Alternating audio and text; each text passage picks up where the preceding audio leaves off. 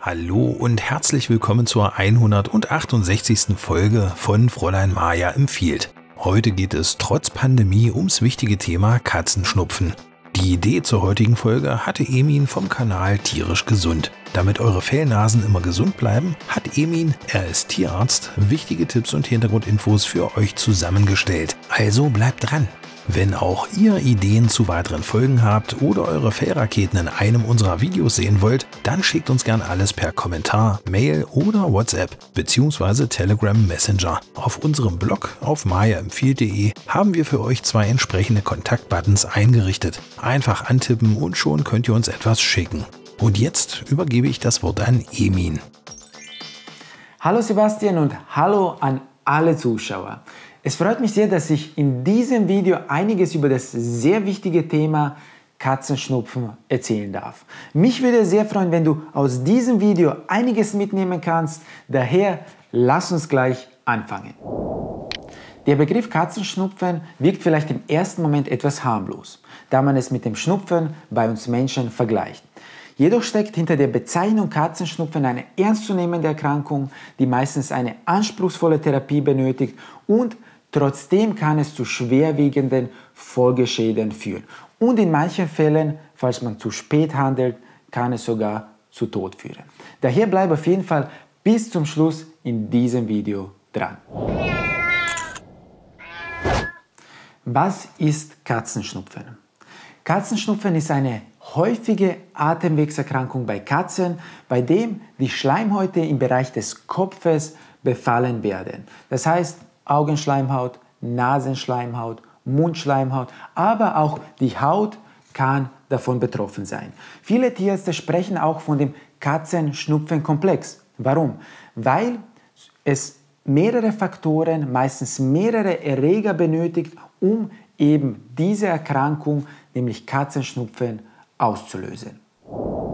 Natürlich kann sich die Infektion von den Schleimhäuten im Kopfbereich Richtung untere Atemwege und auch in die Lunge ausbreiten. Wenn es soweit kommen sollte, dass dieser Katzenschnupfenkomplex die Lunge befällt, dann ist die Therapie deutlich intensiver und die Prognose deutlich schlechter. Daher werde ich dir auch im Laufe des Videos Symptome aufzählen, damit du diese Erkrankung möglichst frühzeitig erkennst und rechtzeitig die entsprechenden Schritte einleitest.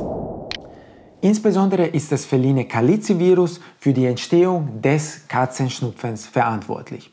Jedoch gibt es auch Infektionen durch das feline Herpesvirus oder durch andere bestimmte Bakterien, die dazu beitragen, dass Katzenschnupfen entstehen kann.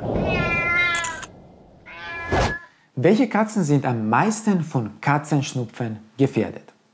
Nun, Katzenschnupfen bricht meistens dort aus, wo sich viele Katzen aufhalten. Zum Beispiel in Tierheimen, in Tierpensionen, bei manchen Katzenzuchten, aber auch in Haushalten, wo eine oder mehrere Katzen gehalten werden, kann diese Erkrankung ausbrechen. Auch eher betroffen sind Katzen, die nicht gegen Katzenschnupfen geimpft sind.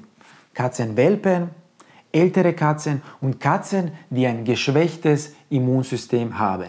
Diese Katzen sind generell anfälliger für diverse Erreger und Erkrankungen.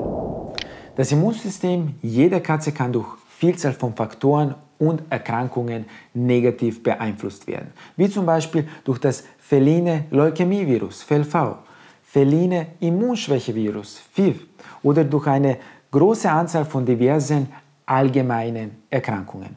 Aber auch Medikamente können das Immunsystem jeder Katze negativ beeinflussen, wie zum Beispiel Chemotherapeutika oder Cortison. Was jedoch oft vergessen wird, ist, dass eine falsche Haltung einer Wohnungskatze zu Stress führt und das wiederum zur Immunschwäche.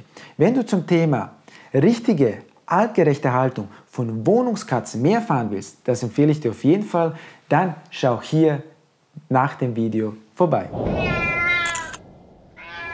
Damit du zu Hause den Katzenschnupfen bei deiner Katze rechtzeitig erkennen kannst, kommen wir nun zu den Symptomen von Katzenschnupfen.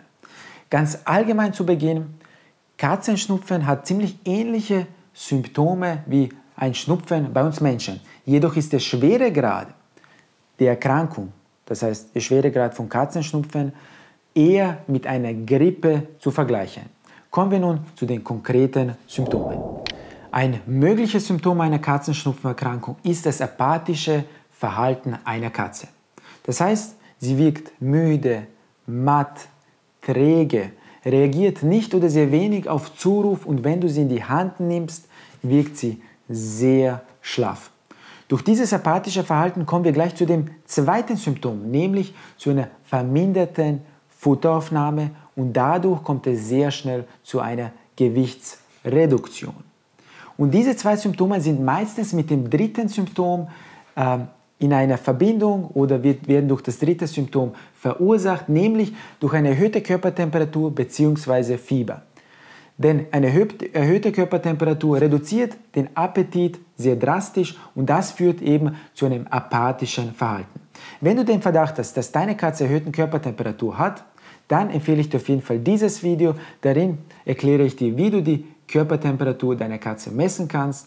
Aber wie immer, bei Zweifel oder Unsicherheit Tierarzt anrufen oder gleich dort vorbeischauen. Wir kommen gleich zu dem nächsten Symptom und das ist Augenausfluss, Nasenausfluss und diese zwei Ausflüsse sind meistens zu Beginn serös, das heißt wässrig und durchsichtig. Kommt es zu einer sekundären bakteriellen Infektion, dann wird der Ausfluss auf einmal zäh, eitrig, klebrig und gelblich. Ich schaue noch kurz auf meine Notizen, damit ich ja nichts vergesse. Ein weiteres Symptom ist Husten und auch Rasselgeräusche in den oberen Atemwegen. Das heißt, du kannst auf einmal röchelnde Atemgeräusche hören, da sich einfach viel Ausfluss, eventuell eitriger Ausfluss in der Nasenhöhle oder im Rachen befindet.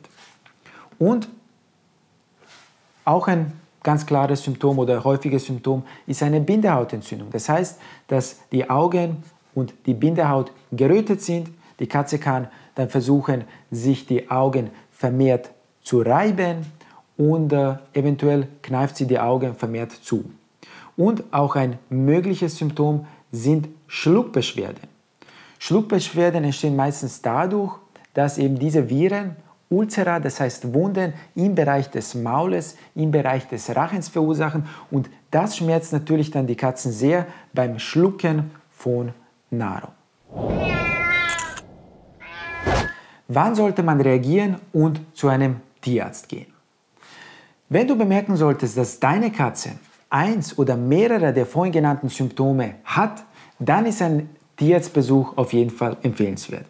Generell empfehle ich bei sehr jungen, alten, immungeschwächten Katzen lieber einmal öfter zum Tierarzt zu gehen, als dann doch zu spät.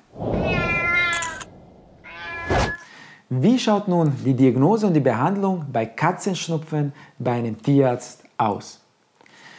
Die Verdachtsdiagnose Katzenschnupfen wird durch die Symptome aufgestellt. Das heißt, wenn die vorhin genannten Symptome bei einer Katze zu erkennen sind, dann vermutet der Tierarzt, dass es sich um Katzenschnupfen handelt. Im Anschluss können dann diverse Laboruntersuchungen durchgeführt werden, wie beispielsweise ein Nasentupfer und Blutuntersuchungen, um das zu konkretisieren. Jedoch können diese Laboruntersuchungen kostenintensiv sein, sodass diese Untersuchungen nicht immer durchgeführt werden. Da es leider keine Medikamente gibt, die die Viren direkt abtöten können, ist es wichtig, die Katze bei dieser Erkrankung zu unterstützen. Daher beurteilt der Tierarzt den allgemeinen Zustand einer Katze. Wenn die Katze dehydriert ist, das heißt, der Wasserhaushalt nicht ideal ist, dann bekommt sie Infusionsflüssigkeit unter die Haut oder in die Vene. Weiters beurteilt er auch, ob eine Infektion, eine bakterielle Infektion sich dazu gemischt hat. Das heißt, dass Bakterien diese ganze Situation dann noch verkomplizieren, dann werden Antibiotika eingeschaltet. Wichtig ist es auch, dass die Katze regelmäßig Futter aufnimmt. Daher sollte man schauen, dass das Futter sehr attraktiv riecht und weich ist, damit sie es leicht schlucken kann. Es gibt auch spezielle Flüssignahrung, was die Aufnahme auch erleichtert, und diese Nahrung ist meistens sehr proteinreich, auch sehr kalorienreich, damit mit möglichst wenig Nahrung viel Energie aufgenommen werden kann. Damit die Katze auch das ganze Futter gut aufnehmen kann und sogar selbst aufnehmen kann, ist es wichtig, dass man die Nasenöffnungen immer schön putzt. Das heißt, die Nase darf nicht verpickt sein, man sollte regelmäßig mit lauwarmem Wasser die Nasenöffnungen putzen, damit sie dieses Futter gut riechen kann und bestenfalls das Futter selbst aufnehmen kann. Sollte der Allgemeinzustand einer Katze sehr schlecht sein und sie jegliches Futter verweigern, dann ist eine stationäre Aufnahme in einer Tierklinik auf jeden Fall notwendig. Dort bekommt sie dann ausreichend Flüssigkeit intravenös und bekommt auch die Nahrung per Nasenschlundsonde oder Speiseröhrensonde. Und diese Maßnahmen sind sehr wichtig, damit die Katze ausreichend Energie hat, gegen dieses Virus zu kämpfen und es zu bekämpfen. Wie kannst du nun vorbeugen, dass deine Katze nicht von Katzenschnupfen erkrankt? Und eine sehr, sehr wichtige Maßnahme ist das regelmäßige Impfen gegen Katzenschnupfen. Auch wenn deine Katze eine reine Wohnungskatze ist, ist das Impfen empfehlenswert, denn du kannst über Kleidung diese Katzenschnupfenerreger in die Wohnung tragen und damit deine Katze anstecken. Ganz, ganz wichtig ist es, dass man Zuchtkatzen impft, denn die Jungen können über die Muttermilch und nach einer regelmäßigen Impfung eine größere Menge von Antikörpern gegen diese Katzenschnupfenerreger aufnehmen. Und das erhöht die Überlebenswahrscheinlichkeit in den ersten Wochen deutlich und es sollte dieses Katzenschnupfenproblem damit relativ gut im Griff gehalten werden. Wenn deine Katze trotz Katzenschnupfenimpfung erkrankt, dann ist der Verlauf meistens deutlich milder, was die Therapie deutlich erleichtert und die Prognose deutlich verbessert. Ich als Tierarzt bekomme immer wieder folgende Frage gestellt: Kann Katzenschnupfen von Tier auf Mensch übertragen werden? Nun, die Übertragung von bestimmten Erregern, wie zum Beispiel Bordetella bronchoseptica, ist zwar selten, aber durchaus möglich. Betroffen sind dann meistens ältere Menschen mit einem schwächeren Immunsystem und Kinder, die in einem intensiven engen Kontakt mit erkrankten Katzen sind. Ich hoffe nun, dass du hier in diesem Video einiges mitnehmen konntest. Sebastian, nochmals vielen Dank für die Möglichkeit, dieses wichtige Thema hier zu präsentieren. Ich sage nun gesunde Grüße an dich und deine Vierbeiner.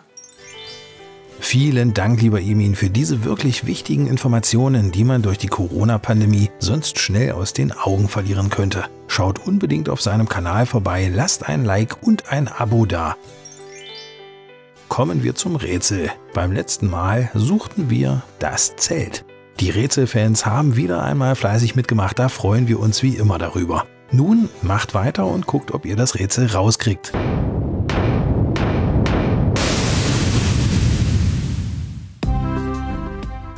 Wer es macht, der nennt es nicht. Wer es sucht, der kennt es nicht. Findet er's, wird's hintendrein nicht mehr, was es war, ihm sein.